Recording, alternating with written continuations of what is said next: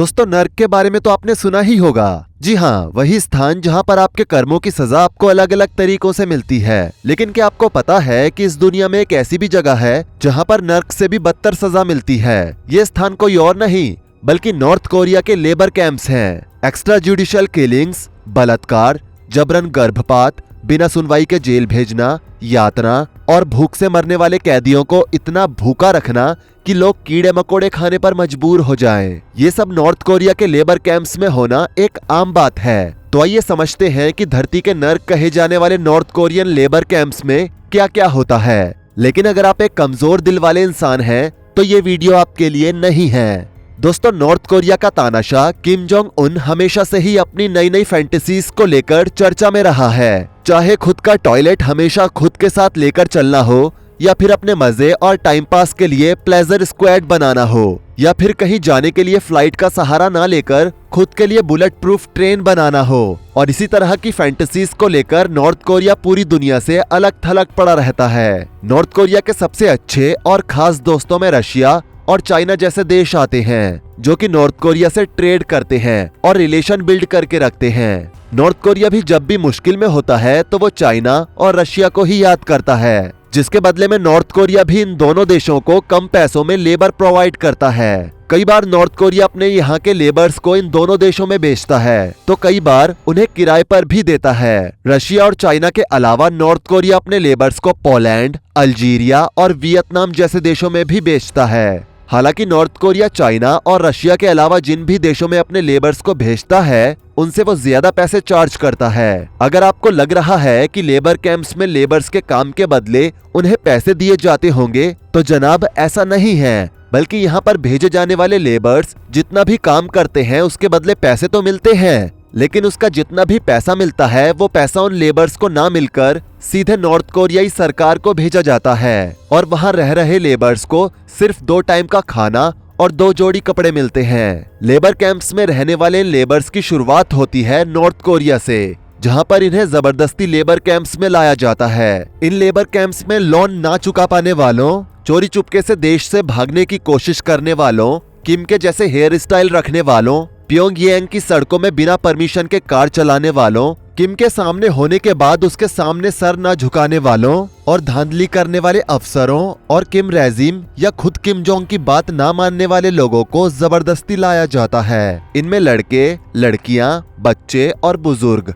हर उम्र के लोग शामिल होते हैं। सबसे पहले इन्हें नॉर्थ कोरिया के लेबर कैंप्स में लाया जाता है और बिना हेल्थ और बिना उम्र के देखे उन्हें पहले घंटे से ही काम पर लगा दिया जाता है। लेबर कैंप्स में जाने वाले लोगों को बिना काम सिखाए ही उनसे सब कुछ परफेक्ट करने की उम्मीद की जाती है और डर की वजह से ज्यादातर लेबर्स इस उम्मीद पर खरे भी उतरते हैं। लेकिन जो उनकी उम्मीदों पर खरे नहीं उतर पाते उन्हें यातनाएं दी जाती हैं, जिनमें हफ्तों तक भूखे रहना, कोड़ों की मार, जबरदस्ती 2 से 3 लोगों से एक ही समय में संबंध बनाना और बिना एक भी मिनट आराम करे लगातार हफ्तों तक काम करना शामिल होता है। असल मायने में ये लेबर कैंप्स पुरुषों के लिए तो एक नर्क होता ही है, लेकिन महिला वर्कर्स के लिए यहाँ एक एक मिनट जहन्नुम से भी बदतर होता है, क्योंकि यहाँ पर जो ठेकेदार और नॉर्थ कोरियन रेजिम के ऑफिसर्स या उनकी आर्मी के लोग होते हैं, उनका जब मन करता है वो तब किसी भी लड़की को उठा लेते हैं और फिर 2 से 3 लोग मिलकर उस एक महिला के साथ संबंध बनाते हैं। इस दौरान अगर गलती से लड़की प्रेग्नेंट भी हो जाती है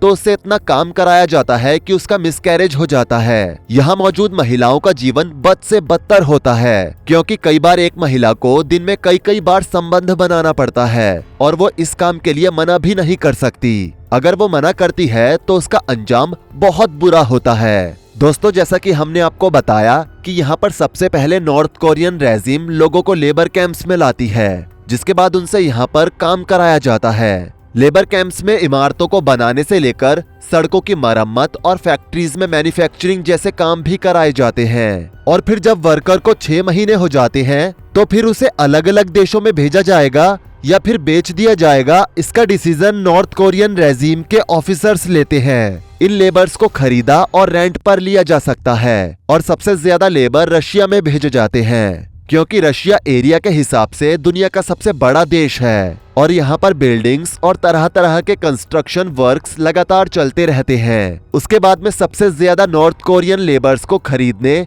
या किराए पर लेने वाला देश है चाइना। चाइना में नॉर्थ कोरिया से मंगवाए गए सबसे ज्यादा लेबर्स पहाड़ी एरिया में लगाए जाते हैं क्योंकि ऐसी जगह पर लैंडस्लाइड होता रहता है जिससे सड़क टूट जाती है और चाइना उन देशों में से एक है जहां पर अगर रात में सड़क टूटी हुई हो तो सुबह होने से पहले वो पूरी तरह से ठीक हो जाती है और इसलिए नॉर्थ कोरिया से लाए गए ज्यादातर लेबर्स चाइना में पहाड़ी एरियाज में लगाए जाते हैं। जब नॉर्थ कोरिया से लेबर्स दूसरे देशों में भेजे जाते हैं तो दूसरे देशों में उन्हें 2 टाइम का खाना और 2 जोड़ी कपड़े दिए जाते हैं जिसकी क्वालिटी बहुत ही ज्यादा अच्छी नहीं होती है, लेकिन नॉर्थ कोरिया में मिलने वाले कपड़ों और खाने से तो अच्छी ही होती है। नॉर्थ कोरिया से विदेशों में भेजे जाने वाले लेबर्स की कंडीशन बाहर भेजते समय बहुत खराब हो जाती है। उन्हें खाने को जो खाना मिलता है वो भी अच्छा नहीं होता है। इन लेबर्स का 10 साल का कॉन्ट्रैक्ट होता है। दोस्तों, इतना सब होने के बाद भी नॉर्थ कोरिया के अधिकतर लोग इन कैंप्स में जाना चाहते हैं और वो इन लेबर कैंप्स में जाने के लिए जानबूझकर गलती करते हैं क्योंकि लेबर कैंप ही उन्हें नॉर्थ कोरिया नाम की ओपन प्रिजन से आजाद कराने का एकमात्र रास्ता होता है। क्योंकि दूसरे देशों में जाने से इन नॉर्थ कोरिया के लोगों के भागने के कई रास्ते खुल जाते हैं,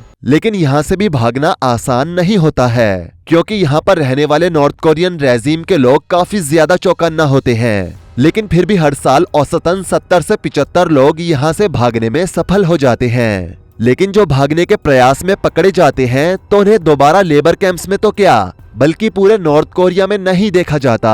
अब वो कहाँ जाते होंगे शायद आपको ये बताने की जरूरत नहीं है। दोस्तों, नॉर्थ कोरिया के लेबर कैंप्स दुनिया के सबसे खतरनाक स्थानों में से एक हैं, जहाँ जाने से पहले मौत भी खौफ खाती है। लेकिन नॉर्थ कोरियन लोग यहाँ आते हैं क्योंकि उनके पास यहाँ से बाहर भागने का एक मौका होता है। दोस्तों, अगर आपको लग रहा है कि नॉर्थ कोरिया के लेबर कैंप्स की शुरुआत अभी हुई है तो आपको बता दें कि ऐसा नहीं है। नॉर्थ कोरिया के लेबर कैंप्स का अस्तित्व साल 1950 के दशक से है, जब कोरिया युद्ध के बाद किम इल संग ने एक स्ट्रिक्ट रेजिम स्थापित किया था। उस दौर में युद्ध से क्षतिग्रस्त हुई इमारतों और सड़कों की मरम्मत के लिए इसका गठन किया गया था और तब से लेकर आज तक पॉलिटिकल विरोधियों, विदेशी प्रभाव वाले लोगों और जिन पर सरकार विरोधी होने का आरोप लगता है उनको पनिशमेंट देने के लिए इन लेबर कैंप्स का इस्तेमाल किया जाता है। नॉर्थ कोरिया में इन शिविरों को क्वेनली सो और क्योहा सो इन 2 अलग अलग नामों से जाना जाता है। क्वेनली सो शिविर पॉलिटिकल प्रिजनर्स के लिए होते हैं जिनमें लोगों को पूरी जिंदगी के लिए रखा जाता है। क्योहा सो शिविर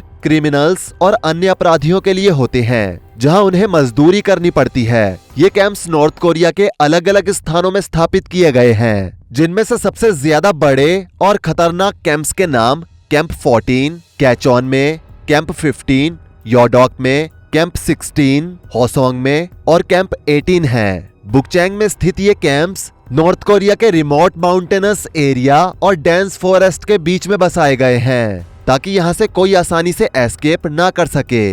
नॉर्थ कोरिया के इन कैंप्स में जिन लोगों को बंदी बनाया जाता है उनका कसूर सिर्फ इतना होता है कि उन्होंने गवर्नमेंट या डिक्टेटर किम के खिलाफ कहीं कुछ कहा या किसी ऐसे व्यक्ति से संबंध रखा जो फॉरेन आइडियोलॉजी का समर्थन करता हो। कई बार तो परिवार के एक सदस्य के कर्म की सजा पूरी की पूरी फैमिलीज को दी जाती है। इस सिस्टम को 3 जनरेशंस ऑफ पनिशमेंट कहा जाता है, जिसमें अपराधी के साथ उसके माँ, बाप, बीवी और बच्चों को भी कैंप में भेज दिया जाता है। नॉर्थ कोरिया के लेबर कैंप्स का जीवन किसी नर्क से कम नहीं होता। यहाँ के बंदियों पर न सिर्फ टॉर्चर होता है बल्कि उन्हें एनिमल्स की तरह रखा जाता है। लेबर्स या फिर कह लीजिए कि बंदी लोगों को दिन भर काम कराने के बाद भी इतना खाना नहीं मिलता कि वो सरवाइव कर सके। मोस्ट ऑफ द टाइम उन्हें सिर्फ थोड़ा सा मक्का और नमक दिया जाता है। बहुत से लोग भूख और मेन न्यूट्रिशन की वजह से मर जाते हैं। कैंप में आए लोगों से 15 से 18 घंटों तक बिना किसी ब्रेक के काम करवाया जाता है। उनसे कोल माइंस,